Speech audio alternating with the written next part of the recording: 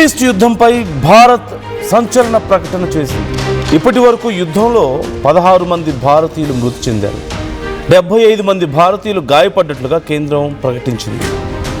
పార్లమెంటుకు వెల్లడించినటువంటి విదేశీ వ్యవహారాల సహాయ మంత్రి కీర్తివర్ధన్ సింగ్ ఇచ్చినటువంటి డీటెయిల్స్ ప్రకారం ఒమాన్లో 8, యుఏఈలో 4, కువైట్లో 2, ఇరాన్లో 1 చొప్పున మరణాలు సంభవించాయి.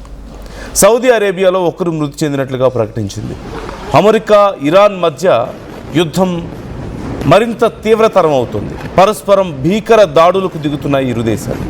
ఇటీవల కువైట్పై మిజైల్స్, డ్రోన్స్తో ఇరాన్ భారీ అటాక్ చేసింది. ఇరాన్ దాడులకు ప్రతీకారంగా జోర్డాన్పై విరుచుకుపడింది అమెరికా.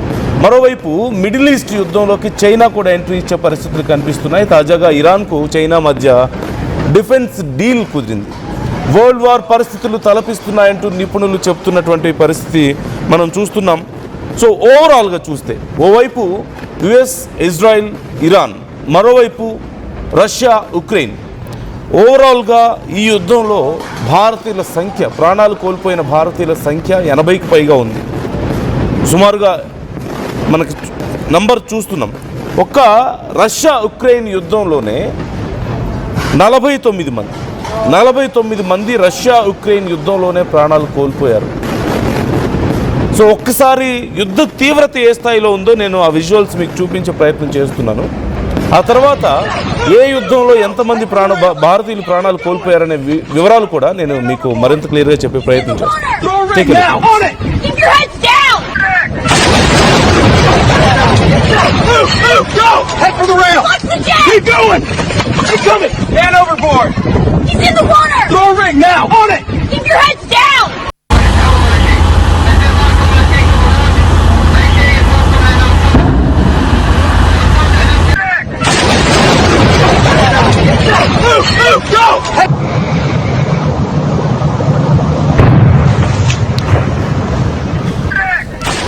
ఇంతమంది ప్రాణాలు కోల్పోతుంటే భారత్ ఏం చేస్తుంది తమ పౌరుల్ని కాపాడుకోకుండా అనే ప్రశ్న ఖచ్చితంగా ఇక్కడ ఉత్పన్నం అవుతుంది. మరోవైపు కొన్ని సందర్భాల్లో ఆ నౌకల్లో భారతీయులు ఉన్నారని తెలిసి కూడా ఓవైపు ఒకసారి ఇరాన్ దాడి చేస్తుంది, ఇంకోసారి యుఎస్ దాడి చేస్తుంది, ఇంకోసారి మరో చోట రష్యా దాడి చేస్తుంది. ఇలా ఇష్టం వచ్చినట్లుగా దాడులు చేస్తున్నారు. కానీ మధ్యలో అమాయక భారతీయులు ప్రాణాలు కోల్పోతుంటే మన ప్రభుత్వం నిజంగా సీరియస్గా రియాక్ట్ అవుతుందా? ఈ విషయంలో మన భారతీయుల ప్రాణాల పట్ల మన ప్రభుత్వం చిత్తశుద్ధిని చూపిస్తుందా? మా భారతీయుల ప్రాణాలు అనవసరంగా మీరు ఎందుకు తీస్తున్నారు అని క్వశ్చన్ చేయగలుగుతుందా? భారతీయులు అక్కడ ఉన్నారని తెలిసి కూడా మీరు ఎందుకు దాడులు చేస్తున్నారు అని ఆ దేశాలని అడగగలుగుతుందా?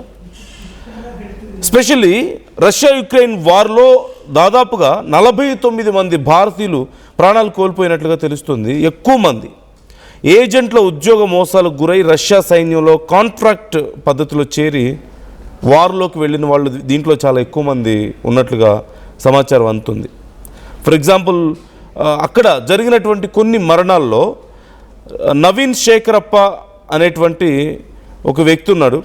నవీన్ శేఖరప్ప జ్ఞానగౌడర్, కర్ణాటకకు చెందిన వ్యక్తి. ఇతను ఉక్రెయిన్లో 4th ఇయర్ మెడిసిన్ చదువుతున్నాడు. బాగా తీవ్రమైనటువంటి యుద్ధం ఉన్న సమయంలో బయటికి వెళ్ళాడు. జస్ట్ క్యాజువల్గా కొన్ని సరుకులు తెచ్చుకోవడానికి వెళ్తే ఆ సమయంలో రష్యా చేసినటువంటి షెల్లింగ్లో అతను ప్రాణాలు కోల్పోయాడు. అలాగే మొహమ్మద్ అఫ్సాన్ ఉన్నాడు, హైదరాబాద్కు చెందినటువంటి వ్యక్తి. ఇతను ఆర్మీ రిక్రూటరీ హెల్పర్ ఉద్యోగాన్ని నమ్మించి యూట్యూబ్ ఏజెంట్లు అతన్ని రష్యాకు తీసుకెళ్లారు. అక్కడ రష్యా బలగాలు బలవంతంగా సరిహద్దు ఫ్రంట్ లైన్ పోరాటంలోకి పంపడంతో తుపాకీ కాల్పుల్లో గాయపడి ఇతను ప్రాణాలు కోల్పోయాడు. అలాగే హేమిల్ అశ్విన్ భాయ్, గుజరాత్కు చెందినటువంటి వ్యక్తి, సెక్యూరిటీ హెల్పర్గా చేరి హేమిల్ను రష్యా సరిహద్దుల్లో కందకాలు తవ్వుతుండగా ఉక్రెయిన్ జరిపిన మిజైల్స్ అలాగే వైమానిక దాడుల్లో ప్రాణాలు కోల్పోయాడు. ఇక అనేక మంది పంజాబ్, హర్యానా, ఉత్తరప్రదేశ్, తెలంగాణ, కేరళ ఈ ప్రాంతాల నుంచి వెళ్ళినటువంటి అనేక మంది ఎక్కువ శాలరీస్ వస్తాయని ఆశ చూపి రష్యా సైన్యంలో అక్కడ చేర్పించారు బలవంతంగా తీసుకెళ్ళి. తీరా చూస్తే అక్కడ ఫ్రంట్ లైన్ వారియర్స్ గాను లేదంటే ఈ మైన్స్ డిఫ్యూజర్స్ గాను వెళ్ళి చివరికి అక్కడ ప్రాణాలు కోల్పోయినటువంటి పరిస్థితి మనకు కనిపిస్తుంది. ఇక అమెరికా ఇరాన్ ఉద్రిక్తతలు, గల్ఫ్ రవాణా నౌకల ఇన్సిడెంట్స్ మనం చూస్తూనే ఉన్నాం, వరుసగా జరుగుతున్నటువంటి ఘటనలు. హర్మూజ్ జలసంధి దగ్గర ఆయిల్ ట్యాంకర్ మీద జరిగినటువంటి దాడి మనకు తెలిసింది. అమెరికా ఇరాన్ ఉద్రిక్తత పరిణామాల్లో భాగంగా ఈ హర్మూజ్ జలసంధి సమీపంలో వాణిజ్య సూపర్ ట్యాంకర్ మీద జరిగినటువంటి ఈ దాడిలో ఒక భారతీయ నౌకా సిబ్బంది మరణించడం మనం చూసాం. 8 మంది గాయపడ్డారు కూడా. As you can see those visuals, we're showing you some disturbing visuals. జాగ్రత్తలు తీసుకోవాలని ఆర్టీవీ మీకు సూచిస్తుంది. Viewers description is highly advised here. So యుద్ధానికి సంబంధించిన కొంత వైలెన్స్ ఉన్నటువంటి భయంకరమైనటువంటి విజువల్స్ మేము మీకు చూపిస్తున్నాం, కేర్ఫుల్గా ఉండండి. అండ్ ఎర్ర సముద్రంలో ఆడెన్ సింధు శాఖలో నౌకల మీద దాడులు మనం చూసాం. ఇరాన్ మద్దతు ఉన్నటువంటి బలగాలు అమెరికా యుద్ధ నౌకల మధ్య జరిగినటువంటి ఘర్షణల్లో సరుకు రవాణా చేసే నౌకల మీద జరిపినటువంటి డ్రోన్ అలాగే క్షిపణి దాడుల్లో MV True కాన్ఫరెన్స్ అలాగే ఇతర నౌకలు భారతీయ నావికులు మరణించడం చూసాం ఆ నౌకల దాడిలో. సో అలాగే Ukraine international airlines flight 752 incident కూడా మనం చూసాం. అమెరికా ఇరాన్ సైనిక ఉద్రిక్తతలు పీక్ స్టేజ్లో ఉన్న సమయంలో ఇరాన్ క్షిపణి రక్షణ వ్యవస్థ పొరపాటున టెహ్రాన్ నుంచి బయలుదేరినటువంటి ప్రయాణికుల విమానాన్ని కూల్చేసింది. ఈ ఘటనలో 176 మంది మరణించారు. అందులో ఇండో కెనడియన్లు అలాగే భారత మూలాలు ఉన్నటువంటి ప్రయాణికులు కూడా ఇలా ప్రాణాలు కోల్పోవడం మనం చూస్తున్నాం. సో ఇలా MEA ఈ ఘర్షణల నుండి నౌకా సిబ్బందిని, ఆర్మీలో ఇరుక్కుపోయిన భారతీయులను రక్షించడానికి దౌత్యపరమైన చర్యలను మరింత వేగవంతం చేశామని చెబుతూనే ఇప్పటికే అనేక మంది భారతీయులు ప్రాణాలు కోల్పోయిన విషయాన్ని కూడా వెల్లడించింది. అయితే చాలామంది విమర్శిస్తున్నది, ఇక్కడ భారతీయులు ఆ నౌకల్లో ఉన్నారని తెలిసినా లేదంటే రష్యాకి ఫ్రంట్ లైన్ వారియర్స్గా అంత ఎక్స్పీరియన్స్ లేని భారతీయుల్ని అక్కడికి పంపించి, ముఖ్యంగా ఎక్కడైతే యుక్రెయిన్కి సంబంధించినటువంటి ల్యాండ్ను రష్యా ఆక్యుపై చేసుకుందో ఆ ప్రాంతాలకి భారత్ నుంచి తీసుకువెళ్ళినటువంటి ఏజెంట్ల ద్వారా వెళ్ళి పెద్ద శాలరీస్ వస్తాయని వాళ్ళకి ఆశ చూపి, లేదంటే ఏవో ఈ వార్కి సంబంధించి సమ్ టెక్నికల్ డిపార్ట్మెంట్స్లో పనిచేయాలని చెప్పి తీసుకువెళ్ళి ఫ్రంట్ లైన్ వారియర్స్గా గన్స్ ఇచ్చి పంపిస్తే చివరికి అక్కడ ప్రాణాలు కోల్పోయినటువంటి భారతీయుల సంఖ్య భారీగా కనిపిస్తుంది. ఈవెన్ ఓన్లీ రష్యా యుక్రెయిన్ వార్లోనే 46 మెంబర్స్ భారతీయులు ప్రాణాలు కోల్పోయారు. ఇప్పుడు ఇక్కడ ఒక 16 మంది చనిపోయారు. ఇంకా ఎక్కువ మంది ఉండొచ్చు కౌంట్ అని కూడా చెప్తున్నారు. కౌంట్లోకి రాని, అఫీషియల్గా రాని, ఎందుకంటే రష్యాలో ప్రాణాలు కోల్పోయినటువంటి భారతీయుల సంఖ్య పూర్తిగా బయటికి రాలేదు అంటూ తెలుస్తోంది. మరోవైపు ఇరాన్ మీద జరిగినటువంటి దాడుల్లో కూడా కొంతమంది భారతీయులు ప్రాణాలు కోల్పోయారంటూ చెప్తున్నారు. ఈ నేపథ్యంలో కౌంట్ చాలా ఎక్కువగా ఉండొచ్చు. ఇప్పుడు అరౌండ్ 2 దేశాలకి సంబంధించిన అఫీషియల్ కౌంట్ చూస్తే అరౌండ్ 61-62 కనిపిస్తుంది.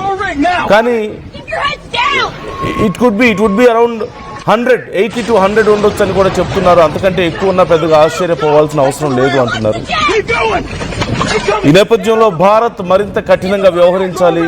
మన భారతీయుల యొక్క ప్రాణాల రక్షణ కోసం రష్యాకు తీసుకువెళ్తున్నాం, మరింత శాలరీలు వస్తాయని చెప్పి అక్కడ ఏజెంట్లు చేస్తున్నటువంటి మోసాల విషయంలో భారత ప్రభుత్వం జాగ్రత్తలు తీసుకోవాలి. అట్ ది సేమ్ టైం ఇప్పుడు నావికులుగా పనిచేస్తున్నటువంటి ఎంతోమంది భారతీయులు ఎక్కడెక్కడ ఉన్నారు, ఏ ట్రిప్స్కి వెళ్తున్నారు అనేవి చూసుకోవాలి. ఆయా దేశాలకు సంబంధించిన సమాచారం తెలుసుకోవడం, వాళ్ళతో కమ్యూనికేట్ అవ్వడం లాంటివి ఉండాలి ఖచ్చితంగా. సో ఈ అంశానికి సంబంధించి మీ అభిప్రాయాలు ఎలా ఉన్నాయి కామెంట్ చేయండి. Head for the rail! Keep going! Keep coming! Hand overboard! He's in the water! Throw a ring now! On it! Keep your heads down! Move! Move! Go! Head for the rail!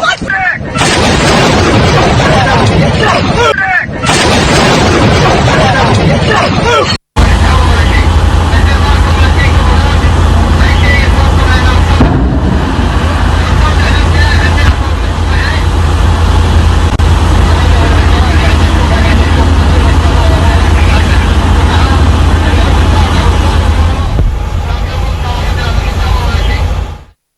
బోనాల పండుగ జోర్దార్గా చేయాలని ఆలోచన చేస్తున్నారా? అయితే Kisan fashion mall లో అద్రిపోయే ఆఫర్లున్నాయి. జోర్దార్గా shopping చేయండి. పండుగ అయినా, దావత్ అయినా, పట్టైనా, ఫ్యాషన్ అయినా కిసాన్ ఫ్యాషన్ మాల్. శాస్త్రి బామ్ ఏం కొన్నావురా? అమ్మకి 10, అత్తమ్మకి 6, అమ్మమ్మకి 4 కేజీలు చీరలు మామా. అబ్బో ఇక్కడ కేజీ చీరలు కొంటే అర కేజీ చీరలు ఫ్రీ అంట. Churidar, men's wear, kids wear 1+1, 2+1 మస్తు ఆఫర్లు ఉన్నాయి. మరి ఇంకా మాంగళ్య ఆషాఢం కేజీ సేల్ అంటే తెలుసు కదా. మాంగళ్య షాపింగ్ మాల్ కేజీల్లో సేల్, టన్నుల్లో ఆనందం.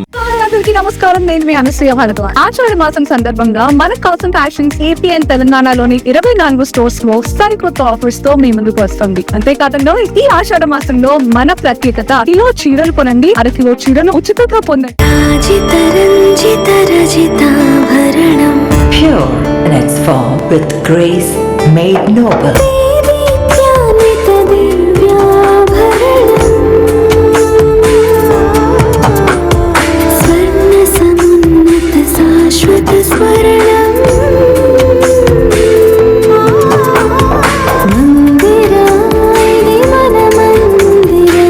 Mandira Premium Silver Jewelry by Manipali.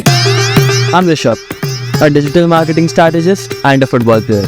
I refuse to be one. At Anurag University, be everyone you dream to be. Tournament ముందు పెయింట్